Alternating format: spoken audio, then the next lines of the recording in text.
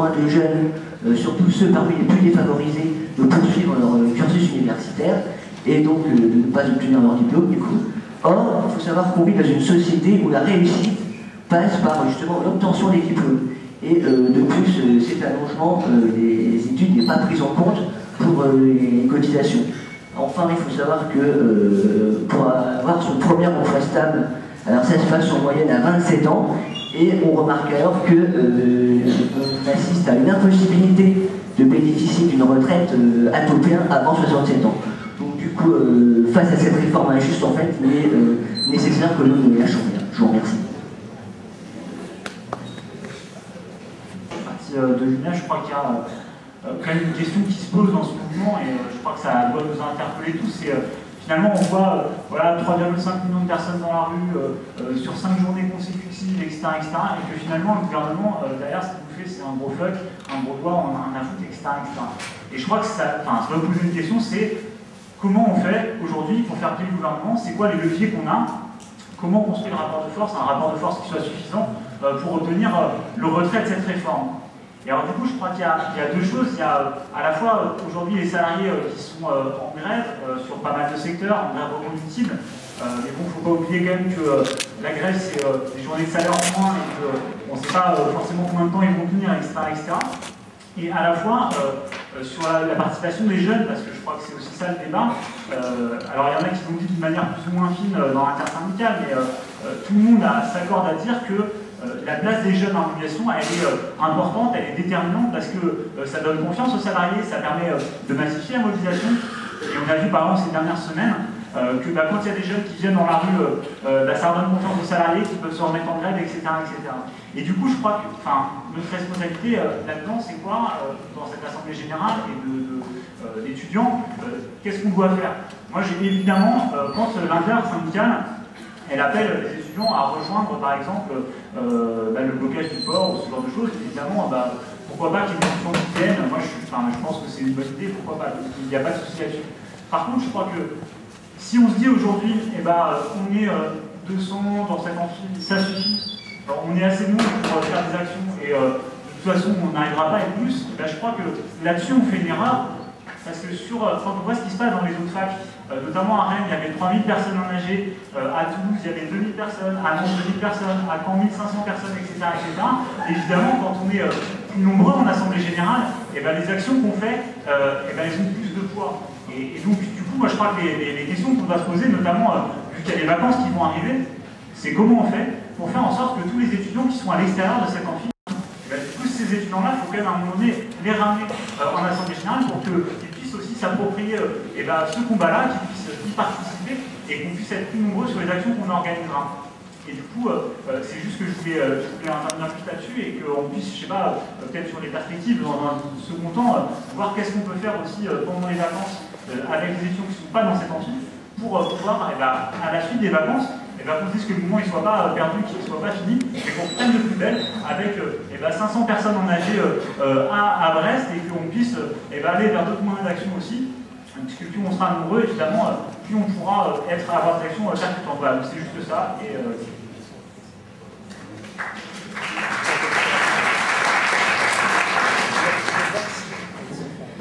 Pour revenir vite fait sur les flux en fait qu'on limite plus qu'on bloque, à savoir tout ce qui est essence et tout, ça c'est très bien, il faut qu'on continue. Alors ça se voit peut-être pas sur Brest, parce que sur Brest on est approvisionné régulièrement, notamment par certains... c'est point noir aujourd'hui à Brest. En tout cas, de ce que j'entends, c'est qu'à Rennes et à Nantes, ils n'ont plus d'essence, ils ne peuvent plus rouler. Les bus ont été bloqués, donc il n'y a plus de réseau non plus de bus. Et le métro aussi a été bloqué. Alors une idée qui a été proposée par Rennes et par Nantes, parce que l'idée quand même c'est de bloquer la totalité des flux pour que la ville puisse augmenter et puis continuer. Ce serait de ne pas oublier en fait les flux qui sont véhiculés par autre chose qu'avec de l'essence, notamment tout ce qui est réseau ferré. Donc là je sais qu'il y a eu une action à la gare ce matin, il y a eu une action à la gare avant-hier, donc ce serait peut-être bien de réfléchir à des actions sur l'ensemble du réseau ferré aussi. Voilà. Sinon, certains ont parlé de la lutte qui va continuer, notamment pendant les vacances. Alors nous, ce qu'on proposait, là, c'était d'organiser, enfin on va le faire de toute façon, on organise un concert ce soir à l'université avec Unité Mao Mao, un groupe de Fest-Noz et Guimard Drummond sur le parvis de l'université. Donc pour essayer de créer un peu de lien entre nous, pour qu'on garde la saveur tous de la lutte, et que ben voilà, qu'on essaie de créer autre chose, quelque chose de festif aussi autour de l'université pour la lutte. Voilà. Alors le concert commence à partir de 20h, ça va pas se terminer très tard parce que demain il faut qu'on se lève tous à 5h. Voilà, il faut qu'on soit à 5h au port. Voilà.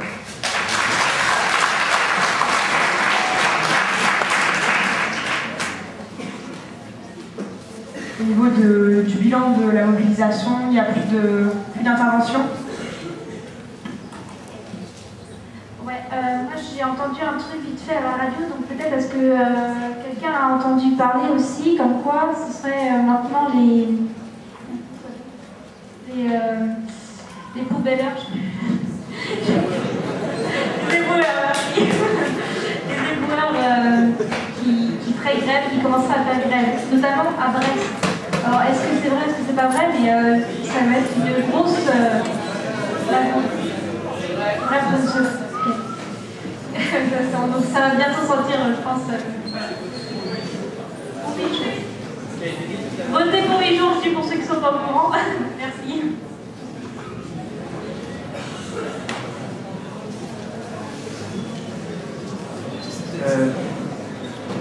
Moi, je voulais revenir sur ce que tu disais à propos de la mobilisation dans la fac. Je partage ton analyse et je n'ai pas compris. Par contre, j'ai vu aucune proposition concrète parce que de fait, je crois qu'il n'y en a pas eu beaucoup, mis à part le débrayage permanent, qui, je crois, n'a pas très bien fonctionné ou n'a pas été suivi ou n'a pas été fait du tout. Et du coup, en fait, moi, je ne sais pas qu'est-ce qu'il faut faire. Je me demandais, je pense qu'il y a ici des gens qui n'ont pas suivi soit la grève, soit les blocages du port, soit les manifs pour crier. Et je crois que ça serait intéressant d'entendre les raisons pour lesquelles c'est pas possible. Du coup, je voudrais bien entendre ces gens-là, absolument pas dans un but de culpabiliser, tout au contraire, parce que c'est là qu'on va partir, je pense.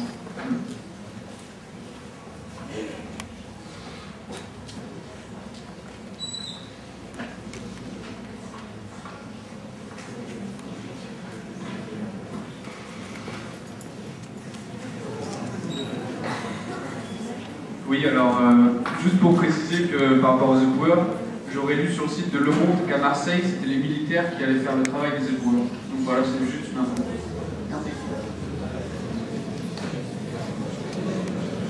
Moi, je voulais juste répondre directement. Donc, je suis en master en LEA et déjà, je suis un des seuls de la promo à manifester. Donc, j'y vais quand je peux parce que tout simplement, on a énormément de boulot, on a plus de 30 heures de cours par semaine, avec dans chaque matière des échéances pour des dossiers dans chaque matière. Et toutes les semaines, on a des partiels aussi, donc hors session. Et là, on a reçu un courriel de notre cher directeur de formation qui nous disait implicitement, en gros, si vous n'êtes pas en cours, vous serez plus accepté. Donc voilà, demain on a encore un devoir à 8h du mat'. Moi je viens à l'aéroport, j'y ai été cette semaine une fois, j'ai essayé de... Ça m'a pourri mes révisions, je suis pas plus. Les manifestations, c'est pareil, en plus des cours et tout ça, j'essaie d'y aller, mais je suis obligé d'aller suivre les cours. Et je peux pas faire ce que je veux parce que y a la pression. C'est l'enfoiré entre guillemets derrière. Enfin, je peux pas dire autrement parce que je trouve ça lamentable. J'arrive à un âge où j'ai quand même le droit de faire ce que je veux, j'ai pas le temps d'être fiché. Mon souper de la policier, il est dans la fac là.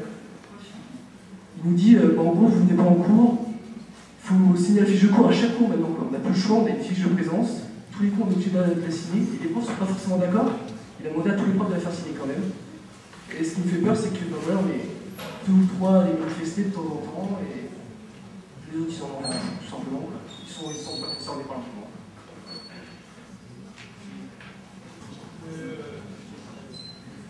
Face à ça, moi je pense que ce qu'on devrait proposer, ce qui ferait du bien à ceux qui subissent ça, c'est d'occuper, de stigmatiser les profs qui ont ce genre d'attitude, qui sont des gros jeunes.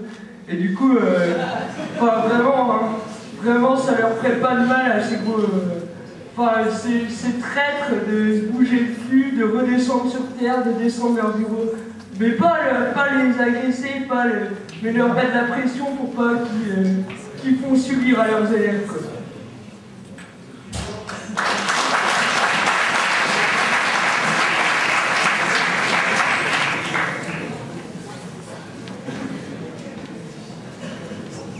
Sachant qu'il y a une motion qui est passée, qui passera au conseil de fac par rapport à ça, par rapport aux profs qui font remplir des fiches de présence. Et du coup, on verra bien l'issue de ce truc, mais les feuilles de présence, ils n'ont pas à les faire, et ils n'ont pas. Et c'est clair qu'il faut dénoncer ces profs-là parce que c'est pas normal. Manifester, c'est un droit, et on a tous le droit de manifester tout simplement.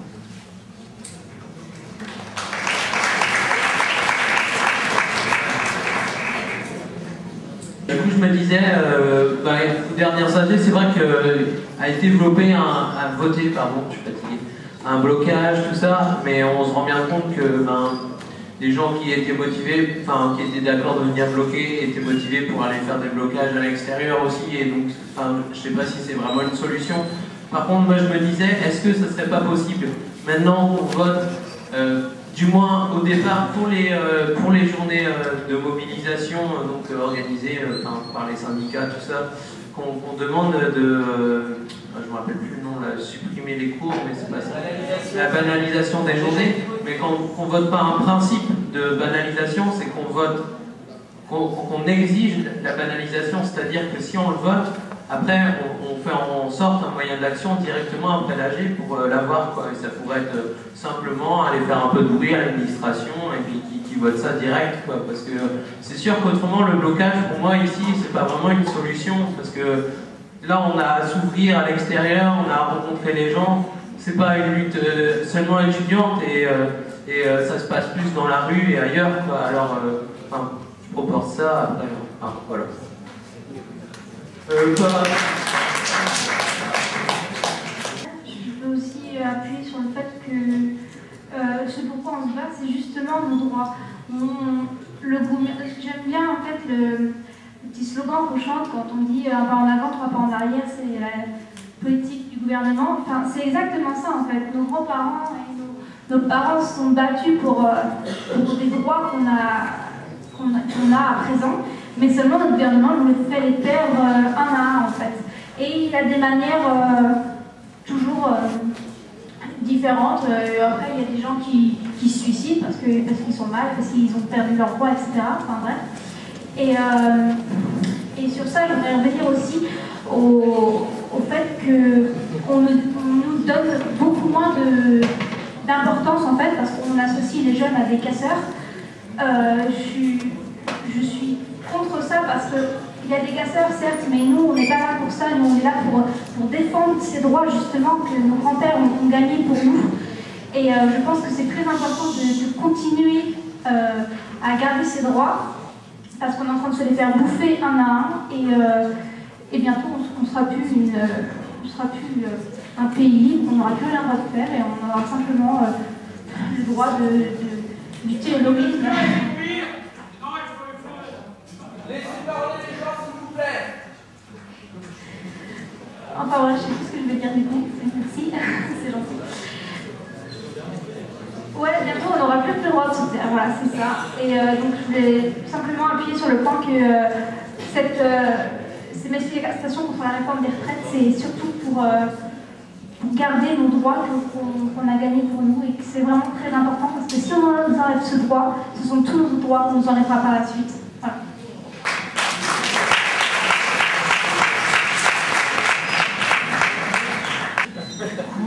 Est-ce que des gens ont des actions à proposer? N'hésitez pas. Port commerce demain matin, si tu pouvais marquer s'il te plaît. 5 heures.